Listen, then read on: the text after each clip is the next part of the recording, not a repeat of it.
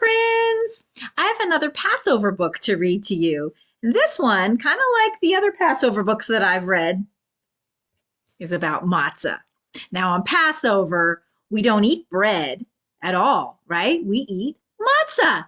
We eat matzah for breakfast. We eat matzah for lunch. We eat matzah for dinner. We have matzah sandwiches. We have matzah toast. We have matzah everything. And I really like matzah, but I have to tell you, by the 8th day of Passover, the last day, I'm getting a little tired of matzah. I have a book to read to you about a little girl who feels just like me. She loves matzah too, but she gets a little tired of it by the end of Passover. It's called A Sweet Passover. Let's read and see what happens to her. A Sweet Passover by Leslia Newman. She wrote the words, and it's illustrated by David Slonim. He drew the pictures. A Sweet Passover. Miriam loved celebrating Passover at Grandma and Grandpa's house. She loved pinning a piece of lace to her hair, just like Grandma did, just before she lit 2 tall candles and sang a special blessing to start off the Seder. She loved walking around the table with a towel draped over her arm while Mommy poured water from a white pitcher over everybody's hands. She joyfully sang the 4 questions in Hebrew and then listened as Grandpa read the answers from the Haggadah and told the story of the Jews' exodus from Egypt in his deep and booming voice. Looks like Miriam really likes her Passover Seder. She giggled at the way Daddy said, "Warm, warmer, hot," as she got closer and closer to finding the afikomen that he had hidden after he broke the middle matzah in half and tucked one of the pieces between 2 of Grandma's cookbooks high on a kitchen shelf. She happily stood beside Aunt Rachel and Uncle Nathan when they opened the front door to welcome Elijah the prophet, and she laughed when Bubala joined them and howled at the full moon. Ow!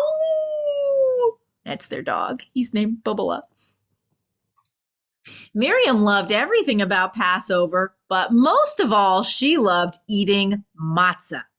And during the 8-day festival, she ate as much of the unleavened bread as she could. On the first day of Passover, Miriam and Grandma ate matzah with butter. On the second day of Passover, Miriam and Grandpa ate matzah with jelly. On the third day of Passover, Miriam and Aunt Rachel ate matzah with tuna salad.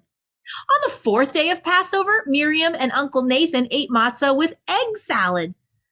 On the 5th day of Passover, Miriam and Mommy ate matzah with cream cheese. On the 6th day of Passover, Miriam and Daddy ate matzah with cottage cheese. So many ways to eat matzah. On the 7th day of Passover, Miriam ate lots of matzah by herself. She ate matzah with almond butter and matzah with apple butter. She ate matzah with blueberry jam and matzah with strawberry jam. She ate plain matzah, egg matzah, whole wheat matzah, and chocolate-covered matzah. All week long, Miriam ate nothing but matzah, matzah, matzah. When she woke up on the last day of Passover, Miriam was sick, sick, sick of matzah. All she wanted for breakfast was a thick slice of warm toast, or a soft, chewy bagel, or a sweet cinnamon donut, or a freshly baked blueberry muffin. But Passover wasn't over until sundown, which meant that Miriam had to wait all day long before she could eat any of those things. "Miriam," Grandpa called from downstairs, "time for breakfast." Miriam groaned and pulled the blankets over her head. Oh my goodness, even her blanket has matzah all over it. "Miriam," Grandpa called again. "I'm not hungry," Miriam called back. "Are you sure?" Grandpa asked. "I'm making French toast." "I'm coming!" Miriam jumped out of bed, dressed herself, and ran downstairs. And there was Grandpa with an apron tied around his waist and a puffy chef's hat perched on his head. "Good morning, Shayna Maidala." Grandpa gave Miriam a hug and a kiss on the kepi. "Ready for some French toast?" Miriam looked at the counter where Grandpa had placed eggs, milk, butter, and a frying pan. "Where's the bread?" she asked. Bread? I can't use bread. It's still Passover, Grandpa reminded her. That's why I'm using matzah. "Matzah," Miriam groaned. "How can you make French toast with matzah?" I'm making Passover French toast, Grandpa explained. I'm making matzah brie. "Matzah brie? Yuck!" Miriam folded her arms. "I'm never eating matzah again." Never? Oh, that's too bad, Grandpa said. You don't know what you're missing. And then he began to cook. First, Grandpa crumbled up the matzah and soaked it in warm water. Next, he cracked some eggs into a bowl and he added a little milk and he beat the mixture with a fork. Then he drained the matzah and poured the beaten eggs and milk over it. And finally, Grandpa sliced butter into a great big frying pan.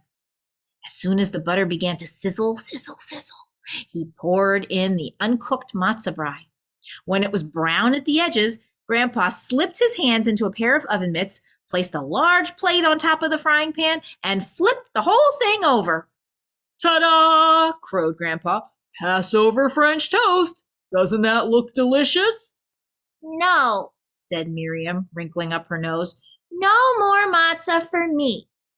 Suit yourself, Grandpa said, And he slid the matzah brie back into the pan to cook on the other side. Will you please set the table? Miriam took out the special Passover plates and put one at each place. Just as she set down the last fork and spoon, Mommy and Daddy and Aunt Rachel and Uncle Nathan and Grandma scrambled into the dining room. Mommy spooned applesauce on top of her matzah brie.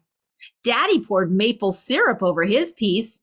Aunt Rachel sprinkled her serving with cinnamon and sugar. Uncle Nathan smothered his slice with sour cream. Grandma added salt and pepper to her matzah brie. Grandpa left his plain. Essen and gesund, said Grandpa, picking up his fork. Eat in good health. Enjoy. Oi, is that good, said Grandma. The best I've ever had, added Mommy. May I please have seconds? Asked Uncle Nathan. Save another piece for me, said Aunt Rachel. My compliments to the chef, said Daddy. They were so busy eating, no one noticed that Miriam had nothing on her plate. Soon breakfast was over and all was quiet until Miriam's belly let out a long, loud rumble. Growl, growl. Miriam, didn't you get enough to eat? Mommy asked. No, Miriam answered.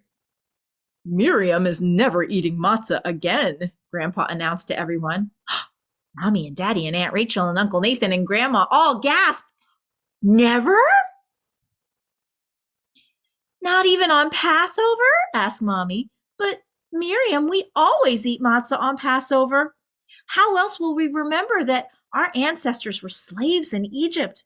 And when Pharaoh granted them freedom, they had to leave in such a rush, they couldn't even wait for the bread dough to rise. How else could we remember that even the plainest food eaten in freedom tastes sweeter than the fanciest food eaten in slavery? Daddy asked. That's why we say, have a Zissen Pesach, Grandma told Miriam. Have a sweet Passover. Matzah is such a simple food, it reminds us to be humble, explained Uncle Nathan. It doesn't puff itself up, and we shouldn't puff ourselves up either. It's a mitzvah to eat matzah, Aunt Rachel added, a good deed. And just as the matzah was baked in a hurry, we should always be in a hurry to do a good deed whenever we can. Matzah goes with everything, Grandpa said, and that reminds us that we should get along with everyone, too. And if all those reasons weren't enough for us, Dayenu, Grandma said, your grandfather happens to make the best matzah brie in the world. Miriam looked around the table at each member of her family and thought over what everyone had said. Then she asked in her most humble voice, Grandpa, will you please make me a matzah brie? I'm sorry, Miriam, Grandpa said, patting his big round belly. I'm too full to cook. Please, Grandpa, said Miriam. Pretty please with applesauce on top? No, said Grandpa. I'm not going to make you a matzo brie. Why not? Asked Miriam. Because, said Grandpa, handing her an apron and a puffy chef's hat, we're going to make the matzo brie together. Oh boy, said Miriam. She crumbled up the matzah and beat the eggs while Grandpa melted butter on the frying pan. Miriam poured the uncooked matzah brie into a pan and watched as Grandpa fried it up. When the matzah brie was ready, Grandpa set a great big piece in front of Miriam. Essen and gesund, schöne Mädela, he said. Eat in good health. Enjoy. And Miriam did. Oh my goodness, she's got a great big piece of matzah brie and her whole family is watching her eat it. Yum.